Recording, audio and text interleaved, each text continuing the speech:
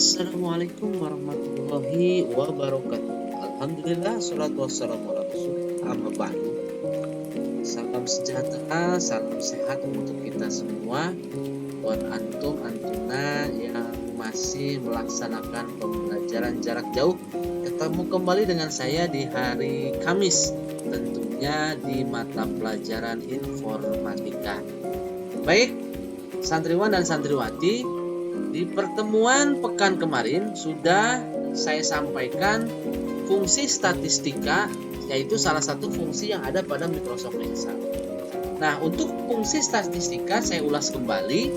Ada banyak fungsi statistik di dalam Microsoft Excel. Hanya saja tidak semua yang akan kita sampaikan. Nah, di sini saya pilih ada 10 fungsi statistika.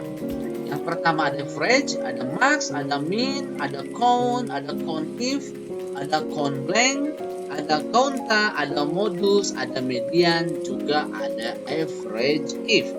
Tentunya ini mempunyai fungsi masing-masing.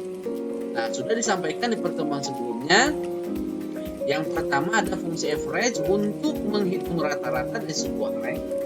Ada max untuk menghitung nilai tertinggi, min untuk menghitung nilai terendah dari sebuah rank. Kemudian ada count digunakan untuk menghitung jumlah banyaknya data ya yang ada dalam sebuah rank. Kemudian ada count if digunakan untuk menghitung jumlah sel yang berisi data ya, baik itu data numerik ataupun huruf atau karakter berdasarkan kriteria yang diinginkan. Ada count blank. Kalau count blank digunakan untuk menghitung jumlah sel di mana sel tersebut tidak bernilai. Jadi untuk menghitung sel yang memang selnya itu tidak diisi. Sedangkan counta digunakan untuk menghitung jumlah sel yang berisi data angka dan juga karakter. Kemudian ada modus digunakan untuk menghitung jumlah data numerik yang sering muncul dalam sebuah rank. Ada juga median, yaitu untuk mencari angka yang berada di tengah-tengah dari sekelompok angka. Kemudian juga ada average if. Average if itu digunakan untuk menghitung nilai rata-rata dari nilai data di dalam sebuah rank, tentunya dengan kriteria tertentu. Nah, di pertemuan sebelumnya sudah juga disampaikan contoh pengerjaan dari fungsi-fungsi rumus statistika. Nah, kemarin diberikan sebuah contoh data nilai UN santri kelas 10 ya. Di situ ada 10 nama, kemudian dengan kelas yang berbeda-beda, kemudian dengan mata pelajaran 4 mata pelajaran. Nah, di sini untuk menghitung nilai rata-rata dari nilai matematika adalah sama dengan average. Jadi artinya adalah rata-ratakan kolom N baris ke-4 sampai dengan kolom N baris ke-13 ya. Kemudian mencari nilai tertinggi itu menggunakan fungsi max. Sama dengan tentukan nilai tertinggi dari kolom N baris ke-4 sampai kolom N baris ke-13.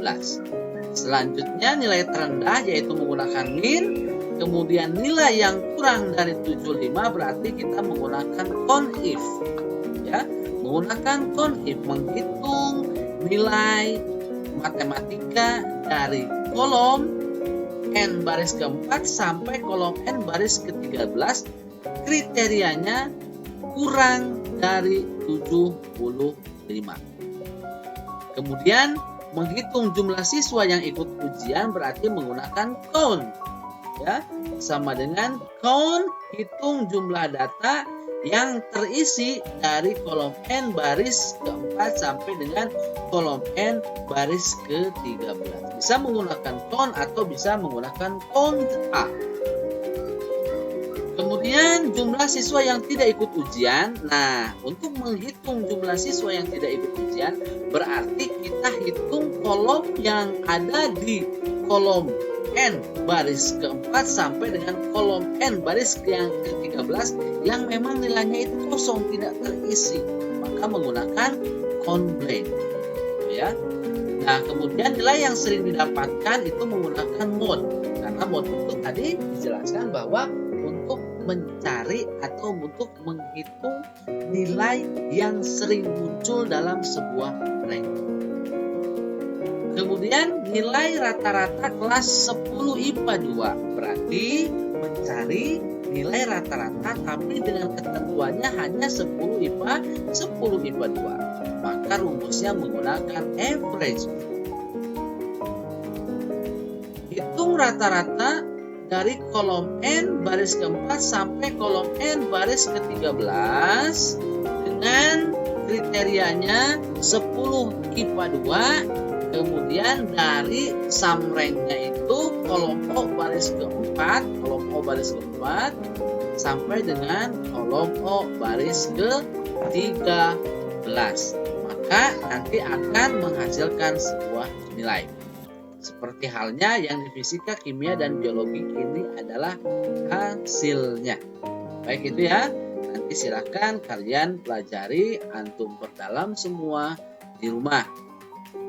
Nah, itu untuk fungsi untuk fungsi statistik. Nah, sekarang kita ke materi selanjutnya, yaitu tentang fungsi matematika. Nah, baik ya. Di pertemuan sekarang di mata pelajaran informatika tentang fungsi Microsoft Excel, yaitu tentang fungsi matematika dan trigonometri, fungsi yang kedua. Baik, untuk fungsi trigonometri itu sangat banyak sekali. Antum bisa lihat di formula, kemudian di sini ada math and trig. Ya. Nah, di sini ada banyak fungsi dari fungsi matematika dan juga trigonometri. Ada sin kostan, ada tangen, ada sum if, kemudian ada round down, ada round off, dan lain sebagainya. Ya, dan lain sebagainya banyak. Hanya saja di pertemuan di kelas ini akan saya sampaikan beberapa saja. Yang pertama yang sudah tidak asing lagi terkait dengan fungsi matematika, ada yang namanya fungsi sum. Nah, fungsi sum ini digunakan untuk menjumlah data dalam sebuah rank. Ya, sintaknya sama dengan sum, kemudian ranknya mana? Contoh, sum jumlahkan kolom A baris ke-10 sampai dengan kolom A baris ke-20. Untuk contoh nanti saya sampaikan dengan menggunakan tabel. Nah, kemudian fungsi matematika yang kedua ada yang namanya sum if. Nah, sum if sendiri digunakan untuk menjumlahkan data numerik dengan kriteria tertentu. Ya, contoh sintaknya sama dengan sum if, rank kriterianya mana, kemudian sum ranknya mana.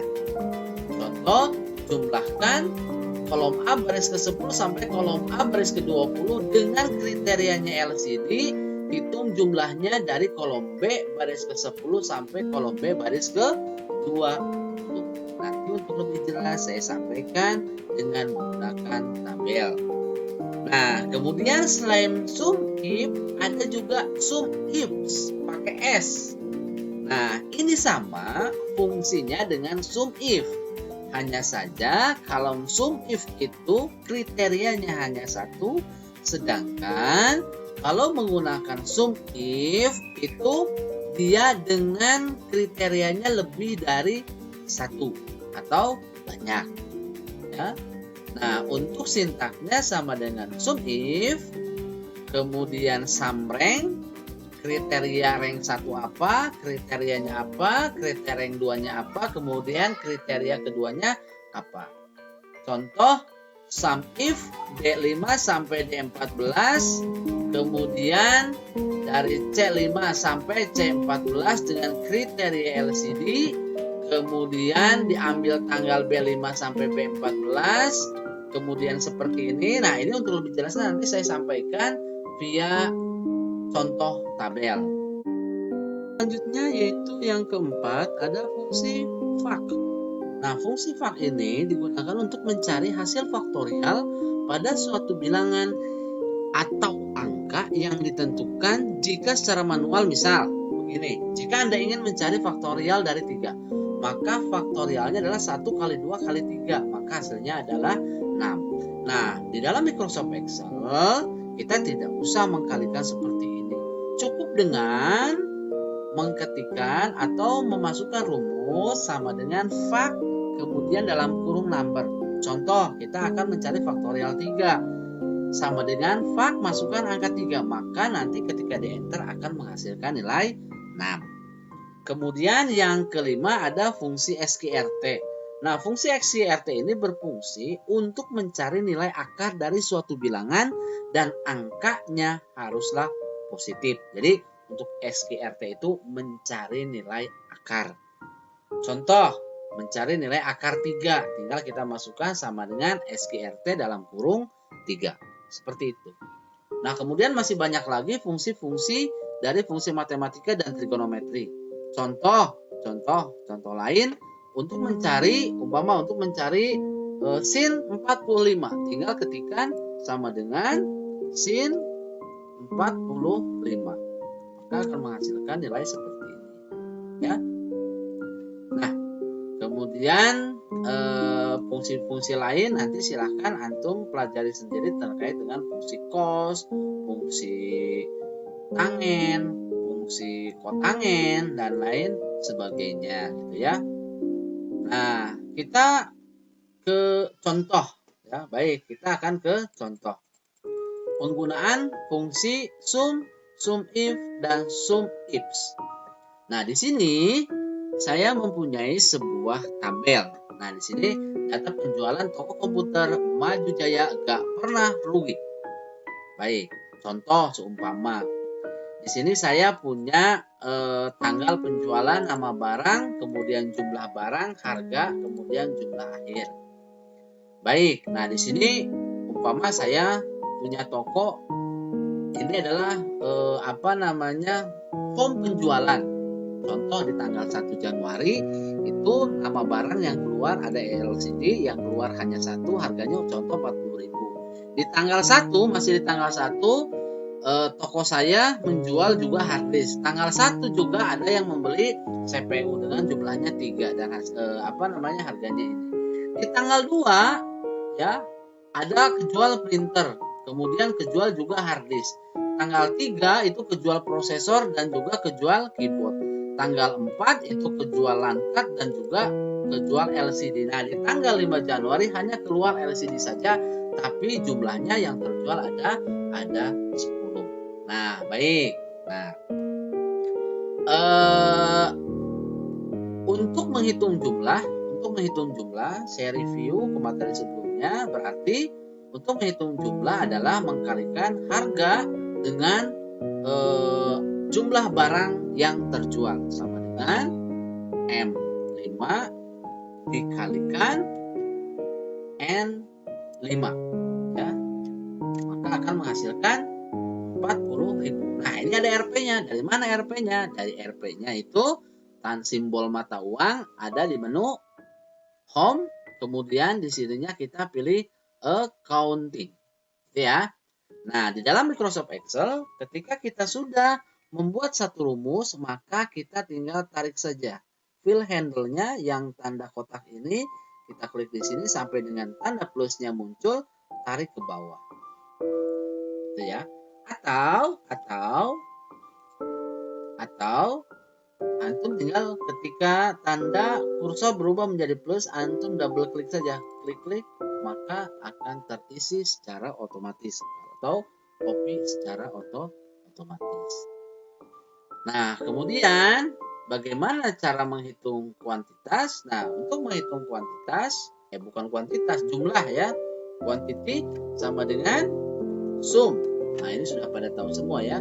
Jumlahkan kolom M baris ke-5 sampai kolom M baris ke-14, kemudian enter. Jadi umpama ini penjualannya, kalau penjualan hanya 10 mungkin bisa dihitung pakai jari. Tapi umpama kalau antum punya sebuah toko komputer dan itu penjualannya itu laporannya harus per bulan, tentunya harus menggunakan format yang seperti seperti ini. Ya, kemudian kita tarik ke samping. Nah, itu otomatis akan terkopikan. Kemudian di sini kita rubah menjadi accounting untuk mendapatkan simbol mata uang. Ya. Nah, setelah ini semua terisi, yang jadi pertanyaan di sini adalah, nah ya, untuk menghitung LCD, contoh seperti ini. Saya ingin menghitung nama barang LCD, tanggal transaksinya dari tanggal 1 sampai 4 Januari itu totalnya berapa. Jadi ingin mengetahui jumlah barang LCD yang keluar di tanggal 1 sampai 4. Ya. Kalau umpama hanya 10 item ini mudah, tinggal dihitung saja. Itu kan 1 sampai 4. LCD ini LCD 1 ditambah sampai dengan tanggal 4. Ini berarti totalnya ada 10. Kalau hanya 2 atau penjualannya hanya sedikit itu mudah. Tapi kalau umpama penjualannya ratusan bahkan ribuan per harinya itemnya, nah maka itu harus dibuatkan sebuah rumus. Nah, rumusnya apa? Nah, ini rumusnya menggunakan sum IPS. Ya, sum IPS pakai S. Baik. Berarti kita masukkan sama dengan sum IPS. Ya. Samrengnya yang mana? Nah, samrengnya itu adalah yang quantity. Ya, kita blok M5 sampai dengan M15 ya. Kemudian kriteria rangnya adalah L5 sampai dengan L14. Kita tinggal blok. Kriterianya apa? Kriterianya adalah LCD. Ya. Kemudian kriteria rank yang keduanya mana? Kriteria rank yang keduanya adalah tanggal penjualan K5 sampai dengan K15, ya kan? Kemudian kriteria keduanya apa? Kriteria keduanya itu adalah lebih besar sama dengan 01 bulan 1 2021. Makanya kemudian titik koma, kriteria rank yang ketiga kita masih menggunakan yang ini. Ya. Kemudian titik koma, kriteria yang ketiganya itu apa? Kriteria yang ketiganya itu adalah dia lebih kecil sama dengan 04 garis miring 01 2021. Kemudian tanda petik kita turun itu. Ya, jadi menghitung dengan banyak kriteria. Kemudian kita enter, maka akan menghasilkan nilai 0. Kenapa nilainya 0? Nah, kenapa nilainya 0? Nah, jika ada nilai 0 maka rumusnya itu ada yang salah. Kita lihat kembali di rumusnya. So if LCD K5 sampai K4, nah di sini kurang tanda petik. Kemudian di sini kelebihan tanda petik. Ya, enter. Nah, 1 sampai 4 itu ada 10. Tanggal 1 kejual 1, tanggal 4 kejual 9. Ya. Kalau umpama kita di sini mau menghitung bukan LCD, tapi saya mau menghitungnya adalah printer, tinggal ganti saja di sininya printer, maka enter. Printer yang terjual di tanggal transaksi 1 sampai dengan 4 Januari itu ada sebanyak 4. Kita lihat di sini ya, 1 printer tanggal 4 dan tidak ada lagi, hanya di tanggal 2 saja. Nah, itu ya, maka totalnya. Selanjutnya adalah kita akan menghitung jumlah barang yang terjual dalam 1 bulan ya per itemnya. Nah, di sini contohnya adalah saya dari barang-barang yang di sini itu umpama yang kita jual ada LCD, hard disk, CPU, printer, prosesor, keyboard, dan juga LAN card. Nah, kita ingin mengetahui total penjualan dalam 1 bulan LCD itu berapa, hard disk berapa, CPU, printer, dan lain sebagainya. Nah, maka kita harus menggunakan rumus ya. Rumus yang kita gunakan adalah sum if, tidak pakai S. Karena kriterianya hanya satu. Sum if jumlahkan ya, jumlahkan dengan kriteria ranknya yang mana? Ranknya itu adalah yang ini ya. Yang ini ranknya adalah dari L5 sampai dengan L14. Kriterianya itu adalah LCD. Kemudian sum ranknya, ini sum rank. Sum ranknya yang mana? Sum ranknya itu adalah yang M5 sampai dengan M14. Kemudian kurung tutup. Ya. Nah, maka total yang terjual untuk LCD dalam 1 bulan, umpama ini 1 bulan ya, 1 bulan. Nah, maka LCD yang terjual ada 20, kita lihat LCD ada 1, kemudian 9 tambah 10. Jadi semuanya betul, ada 20 LCD yang terjual dalam 1 bulan. Untuk hard disk sama dengan sum if dari rank, ini ranknya yang mana? Ranknya itu adalah yang L5 sampai dengan L14. Kemudian kriterianya itu adalah hard disk. Hard disk. Kemudian sum ranknya itu adalah yang M5 sampai dengan M14. Tutup. Nah, maka untuk hard disk yang terjual ada 7. Kita lihat hard disk 2 dan 5. Total ada 7. Nah, ini akan sangat membantu sekali jika memang data ini tidak hanya 10, tapi datanya umpama ada ratusan, bahkan mungkin ada ribuan. Jadi kita bisa mengetahui, oh dalam 1 bulan itu LCD yang terjual sekian, hard disk yang terjual sekian, CPU yang terjual sekian, kemudian harga belinya berapa nanti untuk perhitungannya, kemudian harga jualnya berapa, maka di sini akan kelihatan keuntungan yang didapat itu berapa.